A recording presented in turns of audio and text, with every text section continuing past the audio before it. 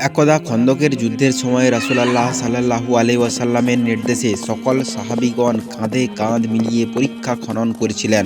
খননকালে হঠাৎ একটি সেখানে শক্ত পাথর দেখা গেল। তখন সেখানে খননকারী লোকেরা রাসূলুল্লাহ সাল্লাল্লাহু আলাইহি ওয়াসাল্লামের কাছে এসে বলল, হে আল্লাহর নবী, পরীক্ষা খননের কালে একটি শক্ত পাথর দেখা গেছে। তখন রাসূলুল্লাহ সাল্লাল্লাহু আলাইহি ওয়াসাল্লাম বললেন, আচ্ছা ঠিক আছে, আমি নিজেই খন্দকের মধ্যে নামব। কিন্তু তখন আমাদের দয়ার নবীজি কয়েকদিন অনাহারে দিন পার করছিলেন। পরীক্ষা খননকারীরা প্রায় সকলেই 3 দিন পর্যন্ত কিছুই খেতে পারেননি। তারাও ক্ষুধার্ত ও অনাহারে ছিলেন। অতঃপর রাসূলুল্লাহ সাল্লাল্লাহু আলাইহি ওয়াসাল্লাম একটি কোদাল হাতে নিয়ে পাথরটির ওপর আঘাত করলেন। সাথে সাথে এই পাথরটি চূর্ণ বিচূর্ণ হয়ে বালুকণায় পরিণত হয়ে গেল। সেখানে থাকা সকলে এই দৃশ্যটি দেখে অবাক হয়ে গেলেন। সেখানে থাকা নবীর এক সাহাবী হযরত জাবের রাদিয়াল্লাহু তাআলা আনহু দেখলেন যে বিশ্বনবী ক্ষুধার্ত অবস্থায় পেটে পাথর বেঁধে রেখেছেন। তখন তিনি মনস্থির করলেন যে আল্লাহর নবীকে তার বাড়িতে খাবার খাওয়ার জন্য দাওয়াত করবেন। তিনি বাড়িতে ফিরে তার স্ত্রীকে বললেন, তোমার কাছে খাওয়ানোর জন্য কিছু আছে? রাসূলুল্লাহ সাল্লাল্লাহু আলাইহি ওয়াসাল্লামকে ভীষণ ক্ষুধার্ত অবস্থায়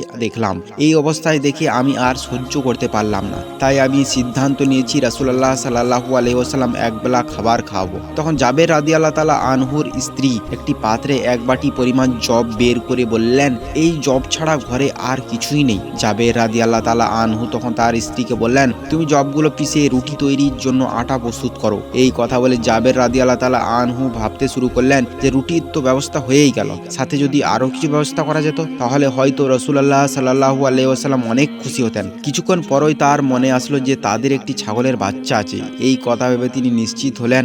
তার সাথে সাথেই তিনি রাসূলুল্লাহ সাল্লাল্লাহু আলাইহি ওয়াসাল্লামের কাছে উপস্থিত হলেন এবং সালাম দিয়ে বললেন, ইয়া রাসূলুল্লাহ, আমি তো গরিব মানুষ, আমার তেমন কোনো সম্পদ নেই, কিন্তু আমার বহুদিনের বাসনা আপনাকে একবেলা আমার বাড়িতে দাওয়াত করে খাওয়াবো। যদি আপনি আমার এই দাওয়াত কবুল করেন তো। এই কথা শুনে রাসূলুল্লাহ সাল্লাল্লাহু আলাইহি ওয়াসাল্লাম উচ্চ স্বরে সকল সাহাবীকে উদ্দেশ্য করে বললেন, শোনো হে সাহাবীরা, তোমরা সকলেই শোনো, আজকে জাবের আমাদের তার বাড়িতে খাবার খাওয়ার জন্য দাওয়াত করেছেন। আমি দাওয়াত কবুল করেছি। তোমরা সকলে জলদি করে কাজ ছেড়ে নাও এবং আজকে আমরা সকলে জোহরের নামাজের বাদে জাবেরের বাড়িতে যাব খাবার খাওয়ার জন্য।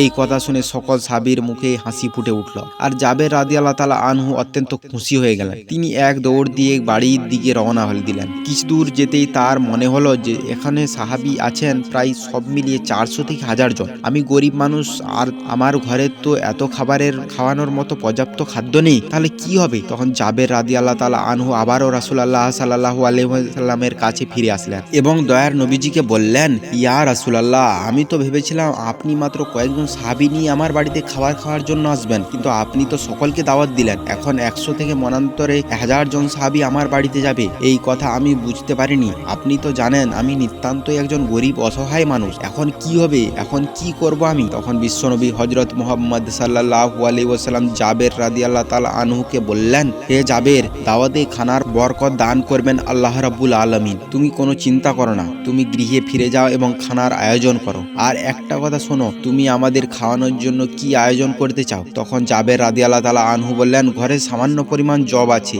আর আমাদের বাড়িতে একটি ছাগলের বাচ্চা আছে, সেগুলো আপনাকে খাওয়াতে চাই। তখন রাসূলুল্লাহ সাল্লাল্লাহু আলাইহি ওয়াসাল্লাম বললেন, তুমি যখন গোশত রান্না করবে তখন রান্না করার হাঁড়ির ওপর ঢাকনা দিয়ে ঢেকে রাখবে এবং রুটির খামি তৈরি করে একটি পাত্রের মধ্যে ঢাকনা দিয়ে ঢেকে রেখে দিও। আমি না আসা পর্যন্ত উভয় পাত্রের ঢাকনা খুলবে না। বিশ্বনবীর মুখের এই কথা শোনার পর জাবের রাদিয়াল্লাহু তাআলা আনহু অত্যন্ত খুশিতে বাড়ি ফিরে গেলেন। আল্লাহর রাসূল দাওয়াত কবুল করেছেন। এই খুশির খবরটা তার বিবিকে জানাতে অতঃপর এই খবর বিবিকে জানানোর পর বিবি শুনে খুব খুশি হলেন। এদিকে জাবের রাদিয়াল্লাহু তাআলা আনহু এর 2টি ছেলে সন্তান ছিল, যার মধ্যে বড় ছেলের নাম আব্দুল্লাহ, তার বয়স 8 বছর। জাবের রাদিয়াল্লাহু তাআলা আনহু বড় ছেলেকে ডাক দিয়ে বললেন, বাবা আব্দুল্লাহ, এদিকে আসো, আমাদের বকরির বাচ্চাটিকে জবাই করব। আজ রাসূলুল্লাহ সাল্লাল্লাহু আলাইহি ওয়াসাল্লাম আমাদের বাড়িতে খাওয়ার জন্য দাওয়াত কবুল করেছেন। তারপর ছেলেকে সাথে নিয়ে বাড়ির পাশে একটু দূরে গিয়ে বকরির বাচ্চাটিকে জবাই করলেন এবং গোশত কেটে রান্না করার মতো উপযুক্ত করে হাঁড়িতে গোশত চড়ালেন। আর কিছুক্ষণ পর পর পথের দিকে উঁকি দিয়ে দেখছিলেন যে আল্লাহর রাসূল এসে গেছে কিনা। এদিকে জাবের রাদিয়াল্লাহু তাআলা আনহু এর ছোট্ট ছেলেটি ঘরের মধ্যে তখনও ঘুমিয়েছিল। ঘুম থেকে জেগে সে বকরির বাচ্চাটিকে খুঁজতে শুরু করলো, কারণ বকরির বাচ্চাটি ছিল আর অতি প্রিয়। তার সাথে সারাক্ষণ সে খেলা করত। সেই ছোট্ট ছেলেটি চারিদিকে খুঁজে না পেয়ে বড় ভাই আব্দুল্লাহকে জিজ্ঞাসা করলো, ভাই আমাদের বকরির বাচ্চাটি কোথায়? বাচ্চাটিকে তো আমি কোথাও খুঁজে পাচ্ছি না। তখন বড় ভাই আব্দুল্লাহ বলল, তুমি তো ঘুমিয়েছিলে, তাই তুমি জানো না? আব্বাজান আজ আমাদের বকরির বাচ্চাটিকে জবাই করে দিয়েছি। তখন ছোট ভাইটি বলল, ভাই কোথায় জবাই করেছে, আমাকে একটু দেখাও। এরপর বড় ভাই আব্দুল্লাহ ছোট ভাইকে সাথে নিয়ে সেই জায়গায় চলে গেল। তখন ছোট ভাই বড় ভাইকে বলল, কিভাবে জবাই করেছে আমাকে একটু দেখাও। আব্দুল্লাহ তখন বলল, তুমি দেখবে তাহলে এখানে শুয়ে পড়ো। ছোট্ট শিশুটির বয়স 2-3 বছর হবে আর আব্দুল্লাহর বয়স 8-9 বছর হবে। দুজনেই তখন অবুঝ ছিল। বড় ভাই আব্দুল্লাহর কথা মতো ছোট ভাই শুয়ে পড়ল। যখন ছোট ভাই সেখানে শুয়ে পড়ল তখন অবুঝ আব্দুল্লাহ ছোট ভাইয়ের গলায় সজোরে ছুরি চালিয়ে দিতেই ছোট ভাইয়ের গলা কেটে রক্ত ছিটকে বের হতে লাগলো। তার দেহটা ধাপাধাপি করতে লাগলো। এই অবস্থা দেখে বড় ভাই আব্দুল্লাহ অনেক ভয় পেয়ে গেল। ইতিমধ্যে জাবের রাদিয়াল্লাহু তাআলা আনহু আবার সেই পথের দিকে গেলেন রাসূলুল্লাহ সাল্লাল্লাহু আলাইহি ওয়াসাল্লাম আসছে কিনা তা দেখতে। জাবের রাদিয়াল্লাহু তাআলা আনহুর এর আসার শব্দ পেয়ে আব্দুল্লাহ সেখান থেকে ছুটে পালালো এবং একটি খেজুর গাছের মাথায় উপর উঠে বসে পড়ে রইল। যখন জাবের রাদিয়াল্লাহু তাআলা আনহু পাথরের কাছে আসলেন, হঠাৎ করে তার চোখ পড়ল তার ছোট্ট সোনামণি কলিজার টুকরা ছেলেটির উপর। তিনি দেখলেন ধুলার বুকে ছুঁয়ে ছটফট করছে। তিনি দ্রুত গতিতে তার কাছে ছুটে গেলেন। তার সাথে বুকের আদরে ছোট্ট ছেলেটির বক্ষপিঞ্জর থেকে পাখিটা উড়েই চলে গেল। ছোট্ট শিশুটির দেহটি স্থির হয়ে গেল। তখন সে শান্ত হয়ে গেল। জাবের রাদিয়াল্লাহু তাআলা আনহু তার বুঝতে পারলেন বাকি রইল না কিভাবে এই ঘটনা ঘটল। তখন জাবের রাদিয়াল্লাহু তাআলা আনহু আদরের মানিক ছোট্ট শিশুকে বুকে জড়িয়ে ধরে কান্নায় ভেঙে পড়লেন। আবার নিজেই নিজের মনকে বোঝালেন। তারপর শিশু ছেলেটিকে নিয়ে বিবি ডাকতে ডাকতে বাড়ির ভেতরে এলেন। রান্নাঘর থেকে বিবি বেরিয়ে এলেন। তিনি জিজ্ঞাসা করলেন, কি হয়েছে, চিৎকার করছো কেন? তখন কান্না জড়িত কণ্ঠে বললেন, বিবি গো, আমাদের আদরের বুকের মানিক আর নেই, আমাদের ছেড়ে সে চিরদিনের জন্য চলে গেছে। বিবি এই কথা শুনে বিবি বললেন, না এ হতে পারে না, আমি এটা বিশ্বাস করতে পারি না। জাবের রাদিয়াল্লাহু তাআলা আনহু বিবিকে তখন বোঝালেন, বিবি গো সবর করো, ধৈর্য ধরো, একটুও কাঁদবে না।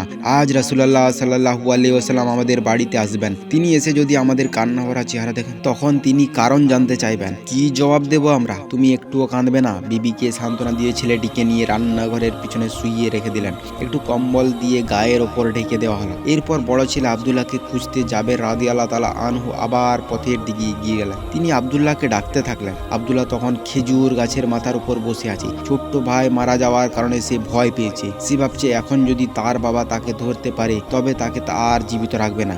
এই ভয়ে সে কোনো সাড়া শব্দ করছে না, চুপটি করে খেজুর গাছের মাথায় বসে রইল। জাবের রাদিয়াল্লাহু তাআলা আনহু আব্দুল্লাহকে না পেয়ে পথের দিকে উঁকি দিয়ে আবার বাড়ি ফিরে যেতে লাগলেন। এটা দেখে তখন আব্দুল্লাহ ভাবল, এখানে থাকা নিরাপদ হবে না, যে কোনো মুহূর্তে আব্বা দেখে ফেলতে পারে, আর যদি একবার দেখে ফেলে তাহলে আর রক্ষা নেই। খেজুর গাছ থেকে নেমে অনেক দূর পালিয়ে যাওয়ার জন্য যখন ওই আব্দুল্লাহ খেজুর গাছ থেকে নামতে শুরু করলো, কিছুটা নামতেই পা ফুসকে মাটিতে পড়ে গেল এবং প্রচণ্ড আঘাত পেল জাবের রাদিয়াল্লাহু তাআলা আনহু।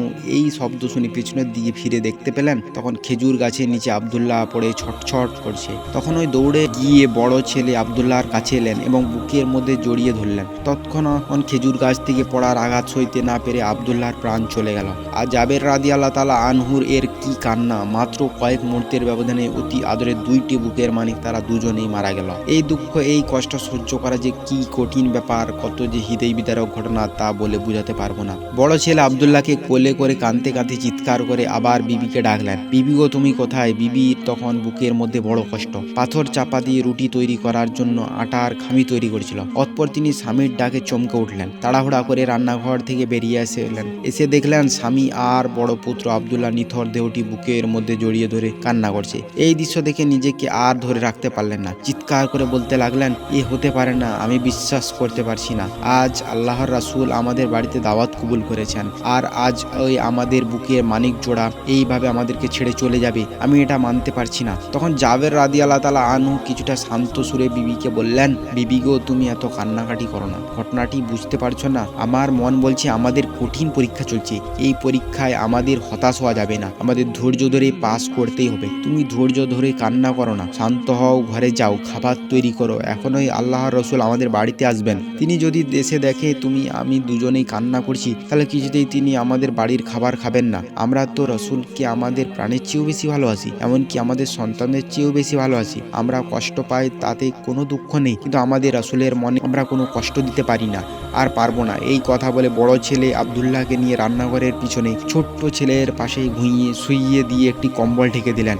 অতঃপর এরপরেই পথের দিকে লক্ষ্য করে দেখলেন আল্লাহর রাসূল উটের পিঠে সওয়ার করে তার বাড়ির দিকে আসছেন। পিছনে সাহাবীদের লম্বা লাইন দেখা গেল। তিনি দৌড়ে পথের দিকে গেলেন। রাসূলুল্লাহ সাল্লাল্লাহু আলাইহি ওয়াসাল্লামকে ডেকে বললেন, আহলান সাহলান ইয়া রাসূলুল্লাহ, এই বলে স্বাগত জানালেন। এরপর বাড়ির ভিতরে নিয়ে আসলেন। বিবিকে ডেকে বললেন, আল্লাহর রাসূল আমাদের বাড়িতে আগমন করেছেন, তাড়াতাড়ি খাবার পরিবেশনের ব্যবস্থা করো। তখন তার স্ত্রী আটার খামিগুলো রাসূলুল্লাহ সাল্লাল্লাহু আলাইহি ওয়াসাল্লামের সামনে দিলেন। তিনি তাতে সামান্য একটি লালা মিশিয়ে বরকতের জন্য দোয়া করলেন। এরপর গোশতের পাতিলের কাছে গিয়ে তাতেও সামান্য একটু লালা মিশিয়ে বরকতের জন্য দোয়া করে দিলেন। এরপর বললেন, তুমি চুলার উপর থেকে এই পাতিলটি নামিয়ে তরকারি পরিবেশন করো। এরপর রাসূলুল্লাহ সাল্লাল্লাহু আলাইহি ওয়াসাল্লাম ঘরের মধ্যে বসার ব্যবস্থা করলেন, দস্তরখানা বিছিয়ে দিলেন, সাথে কিছু সংখ্যক সাহাবীকেও বসালেন, আর বাকি সকল সাহাবীকে বাড়ির আঙিনায় বসতে দিলেন। এরপর জাবের রাদিয়াল্লাহু তাআলা আনহু বিশ্বনবীকে ঘরের মধ্যে যাওয়ার জন্য অনুরোধ করলেন। আল্লাহর রাসূল যখন ঘরের মধ্যে এক পা প্রবেশ করিয়েছেন আর আরেক পা বাইরে রয়েছে, ঠিক ওই সময় আল্লাহর হুকুমে ফেরেশতা হযরত জিবরাইল আলাইহিস সালামকে সেখানে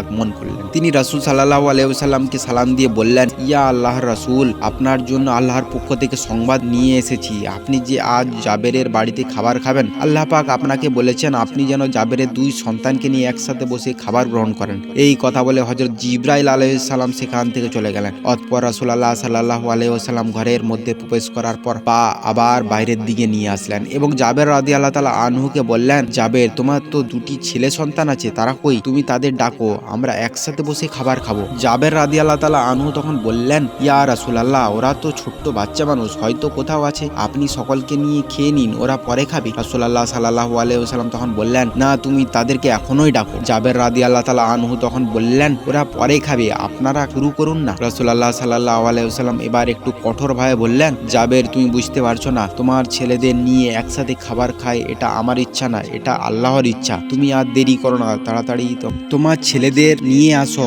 আমার কাছে। তখন হযরত জাবের রাদিয়াল্লাহু তাআলা আনহু একটু চুপ করে রইলেন। এবার রাসূলুল্লাহ সাল্লাল্লাহু আলাইহি ওয়াসাল্লাম এর কানে ভেসে আসলো ঘরের ভেতর থেকে যেন অল্প শব্দ করে কান্না করছে কেউ। তখন রাসূলুল্লাহ সাল্লাল্লাহু আলাইহি ওয়াসাল্লাম বললেন, হে জাবের, ঘরের ভিতরে কে কান্না করেছে? জাবের রাদিয়াল্লাহু তাআলা আনহু তখন বললেন, হুজুর, আমার সাথে আসুন, আপনি সকল প্রশ্নের উত্তর পেয়ে যাবেন। এই কথা বলে রাসূলুল্লাহ সাল্লাল্লাহু আলাইহি ওয়াসাল্লামকে সাথে নিয়ে জাবের রাদিয়াল্লাহু তাআলা আনহু রান্নাঘরের পিছনের দিকে গেলেন। কম্বল দিয়ে ঢাকা দেহ দুটি দেখিয়ে বললেন, এই তো আমার মানিক, এই তো আমার হৃদয়ের টুকরো এখানে শুয়ে আছে। ওরা আমাদের ছেড়ে চলে গেছে, আর জীবিত নেই। এই কথা শুনে রাসূলুল্লাহ সাল্লাল্লাহু আলাইহি ওয়াসাল্লাম নিস্তব্ধ হয়ে গেলেন, কিছুক্ষণ নির্বাক হয়ে রইলেন। অতঃপর জাবের রাদিয়াল্লাহু তাআলা আনহুকে বললেন, জাবের, তুমি এত নিষ্ঠুর বাবা, আমি আগে জানতাম না। তোমার কলিজা টুকরোরা তোমাদের ছেড়ে চলে গেছে, তা সত্ত্বেও আমাকে খাওয়ানোর জন্য পাগল হয়ে গেছো তুমি। এমন কি আমাকেও বুঝতে দিচ্ছ না? তোমাদের বুকে দুঃখের পাহাড় বয়ে যাচ্ছে, তোমরা আমাকে এত ভালোবাসো। তখন রাসূলুল্লাহ সাল্লাল্লাহু আলাইহি ওয়াসাল্লাম মাটির ওপর বসে পড়লেন এবং দুই ছেলের বুকের ওপর হাত রেখে বললেন, হে জাবেরের ছেলেরা, আমি আল্লাহর রাসূল তোমাদেরকে ডাকছি, তোমরা উঠে বসো আমার সাথে খাবার খাওয়ার জন্য। রাসূলের ডাক দিতে বিলম্ব হলো না, সাথে সাথে কবুল হয়ে গেল। আল্লাহর হুকুমে ছেলেদের প্রাণ আবারও ফিরে আসলো তাদের বক্ষপিঞ্জরে। জীবিত হলো দুই ভাই। এবার রাসূলুল্লাহ সাল্লাল্লাহু আলাইহি ওয়াসাল্লাম তাদের দুই ভাইকে বুকে জড়িয়ে ধরে ঘরের ভিতরে আসলেন এবং খাবার খেতে বসলেন। তখন দয়ার নবীজি সমস্ত সাহাবীকে উদ্দেশ্য করে বললেন, হে সাহাবীরা, তোমরা সকলে শোনো, আজকে তোমরা যত খুশি রুটি খাও, যত খুশি গোশত খাও, কিন্তু হাড়গুলো চাবাবে না এবং চুষে চুষে খাবে। তখন রাসূল সাল্লাল্লাহু আলাইহি ওয়াসাল্লাম হযরত জাবের রাদিয়াল্লাহু তাআলা আনহুকে বললেন, হে জাবের, তুমি সকলকে খাবার প্রস্তুত করে দাও। তখন জাবের রাদিয়াল্লাহু তাআলা আনহু খাবারের পাতিলা থেকে ঢাকনা সরিয়ে হাত ঢুকিয়ে মধ্য থেকে গোশত এবং রুটি সবাইকে দিতে লাগলেন। আল্লাহর রহমতে বরকতে সেখানে দাওয়াতে থাকা সকলেই পেট ভরে খাবার খেলো। এরপর বিশ্বনবী হযরত জাবেরকে বললেন, হে জাবের, এবার তুমি রুটি এবং গোশতের ঢাকনা খুলো। হযরত জাবের রাদিয়াল্লাহু তাআলা আনহু রুটি এবং গোশতের ঢাকনা খুলতেই দেখলেন পূর্বের নেই সমস্ত গোশতগুলি ডেকের মধ্যে বিদ্যমান রয়েছে, এক টুকরো গোশত কম হয়নি এবং রুটিগুলো পূর্বের নেই যা ছিল তাই রয়েছে। হযরত জাবের রাদিয়াল্লাহু তাআলা আনহু এই দৃশ্য দেখে অত্যন্ত অবাক হয়ে গেলেন। এরপর বিশ্বনবী হযরত জাবের রাদিয়াল্লাহু তাআলা আনহুকে বললেন, হে জাবের, তুমি গোশত খাওয়ার সমস্ত হাড়গুলি আমার সামনে নিয়ে আসো। হযরত জাবের রাদিয়াল্লাহু তাআলা আনহু হাড়গুলো বিশ্বনবীর সামনে নিয়ে এনে উপস্থিত করলেন। এরপর হাড়গুলোকে সামনে রেখে নবীজি আল্লাহর দরবারে দোয়া করলেন। সাথে সাথে জাবের রাদিয়াল্লাহু তাআলা আনহুর এর ছোট্ট ছেলেটি সেই ছাগলটি হাড়গুলোর মধ্য থেকে বের হয়ে এক দৌড় দিল। সুবহানাল্লাহ। এই ছিল সাহাবায়ে কেরামদের নবীর প্রতি ভালোবাসা। একদা হযরত ফাতেমা রাদিয়াল্লাহু তাআলা আনহু জায়নামাজে বসে অঝোর ধারায় চোখ থেকে অশ্রু ঝরাচ্ছিলেন। এমন সময় হযরত মুহাম্মদ সাল্লাল্লাহু আলাইহি ওয়াসাল্লাম হযরত ফাতেমার বাড়িতে আগমন করলেন এবং বাড়িতে প্রবেশ করে দেখতে পেলেন জায়নামাজে বসে ফাতেমা রাদিয়াল্লাহু তাআলা আনহু অঝোর কাঁদছেন। তখন বিশ্বনবী হযরত ফাতেমা রাদিয়াল্লাহু তাআলা আনহাকে উদ্দেশ্য করে বললেন, হে আমার কলিজার টুকরো ফাতেমা, তুমি তোমার জায়নামাজের কোণা উল্টে দেখো। তখন ফাতেমা রাদিয়াল্লাহু তাআলা আনহা তার জায়নামাজের কোণা উল্টে চমকে উঠলেন। তিনি বললেন, এ কি আব্বাজান, এই যে গলিতে স্বর্ণের সদর দপ্তর গলিতে বইছে। তখন হযরত মুহাম্মদ সাল্লাল্লাহু আলাইহি ওয়াসাল্লাম বললেন, হে ফাতেমা, তোমার প্রয়োজন মতো তুমি স্বর্ণ উঠিয়ে রাখো, তা দ্বারা তোমার সংসার পরিচালনা করো এবং দুনিয়ার আরাম আয়েশ যা ইচ্ছা তাই করতে পারো। তবে তুমি এটা মনে রাখো, দুনিয়ার সুখ শান্তি ক্ষণস্থায়ী, পরকালের সুখ শান্তি চিরস্থায়ী। এখন তুমি বুঝে বলো মা, দুনিয়ার সুখ শান্তি চাও নাকি আখিরাতের সুখ শান্তি চাও? হযরত মুহাম্মদ সাল্লাল্লাহু আলাইহি ওয়াসাল্লামের মুখে এই রূপ কথা শুনে হযরত ফাতেমা রাদিয়াল্লাহু তাআলা আনহা জায়নামাজের কোণা ছেড়ে দিয়ে নবীজিকে বললেন, আব্বাজান, আমার দুনিয়ার সুখ শান্তির কোনো প্রয়োজন নেই, আমি আখিরাতের সুখ শান্তির পিছনে দৌড়াতে চাই। সম্মানিত দর্শক, আজ আমরা দুনিয়ার ক্ষণস্থায়ী সুখ শান্তির জন্য কত না ছোটাছুটি করছি। ছোটাছুটি করতে করতে পাগল পারা হয়ে গেছি। আমাদের এই ভিডিও দেখে অনেক কিছু শেখার আছে, যে আল্লাহ যেন আমাদেরকে সঠিক বুঝ দান করেন এবং আল্লাহর হুকুম সঠিকভাবে পালন করার তৌফিক দান করেন। আমিন। আসসালামু আলাইকুম।